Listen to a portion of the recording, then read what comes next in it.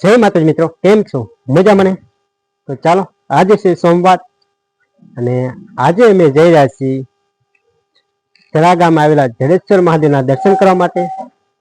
તો મિત્રો આ મારો વિડિયો પૂરો જોતા રહેજો જેથી હું કરાવી શકું તમને જડેશ્વર મહાદેવના દર્શન અને તે મંદિર ક્યાં આવેલું છે તે તમામ માહિતી આ વિડિયોમાં શેર કરવામાં આવશે। તો આ મારો વિડિયો પૂરો જોજો અને ચાલો આ બાઇક લઈને જવાનું છે થરા ગામે। તો ચાલો હવે અમે નીકળી છીએ થરા ગામે જવા માટે।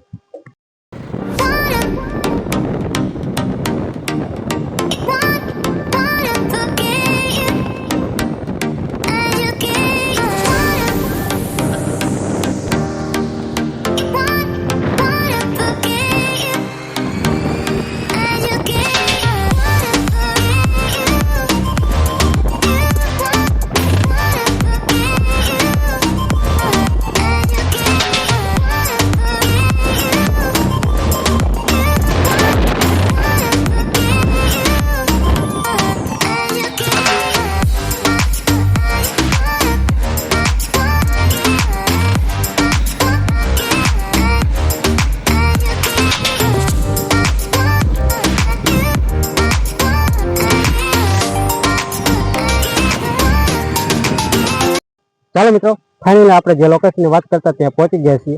આ છે સ્વયંભૂ જડેશ્વર મહાદેવનું મંદિરનો ગેટ અને સામેની બાજુ છે થરા ગામ। તમે જોઈ શકો આ છે થરા ગામ અને આ છે મંદિરનો ગેટ। તો ચાલો હવે આપણે અંદરની તરફ જઈએ અને મહાદેવના દર્શન કરીએ અને મંદિરની લોકેશન કેવું છે તે જોઈએ। ચાલો મિત્રો હવે જઈ રહ્યા છીએ અંદરની તરફ। જો મંદિર। तो चलो मित्रों હવે આપણે જઈ રહ્યા છીએ જડેશ્વર મહાદેવના મંદિર તરફ અને તમે જોઈ શકો છો બહારની બાજુ ઘણી મોટી એવી જગ્યા છે અને કુદરતી સૌંદર્યથી એવું મંદિર આવેલું છે અને લીલેછમ હરિયાળી છે અને ઘણા બધા વૃક્ષો આવેલા છે દર્શન કરવા માટે। તો ચાલો મિત્રો હવે આપણે જઈએ છીએ મંદિરની બાજુ અને તમે જોઈ શકો તો આ છે જડેશ્વર મહાદેવનું મંદિર જે થરા ગામમાં આવેલું છે।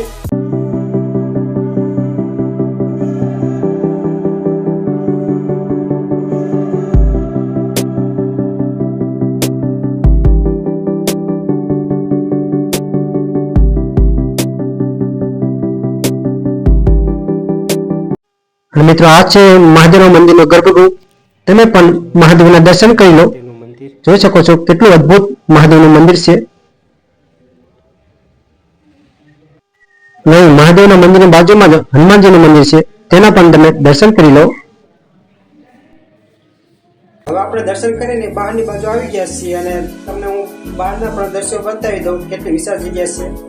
તમે જોઈ શકો છો આ છે મંદિરની જગ્યા અને આ સામેની બાજુ પાણીનું પરબ છે અને આપણે પરબે જઈએ અને તમે જોઈ શકો છો આ છે પાણીનું પરબ અને ઘણા લોકો વાડીએ જતા કે આવતા અને વટેવાળમાં પાણી પીવા માટે આવતા હોય છે અને આ સરાની બાજુમાં જ જડેશ્વરનું મંદિર આવેલું છે અને ખૂબ જ સરળની નજીકમાં જ છે અને આ બાજુ બેસવાની પણ જગ્યા છે તમે જોઈ શકો છો અને અહીં ખાસ કરીને શ્રાવણ મહિનામાં ઘણી બધી ભીડ હોય છે। અત્યારે તો શ્રાવણ મહિનો નથી એટલે ભીડ ઓછી છે અને કોકનો ટાઈમ છે એટલે પણ માણસો નથી અને તમે આ જોઈ શકો છો અહીંયા માણસોને બેસવા માટેની જગ્યા છે અહીં બાકડાની બધી સુવિધા છે અને ઉપર સાયો છે અને કુદરતી સૌંદર્યથી ભરપૂર આ મંદિર છે। ચાલો મિત્રો હવે આપણે કરી લીધા છે મંદિરના દર્શન અને હવે આપણે જઈ રહ્યા છીએ ઘર તરફ। તો તમને આ મારો વિડીયો કેવો લાગ્યો તે કોમેન્ટ કરજો। સબસ્ક્રાઇબ કરી દો મારી ચેનલને જો ન કરી હોય તો।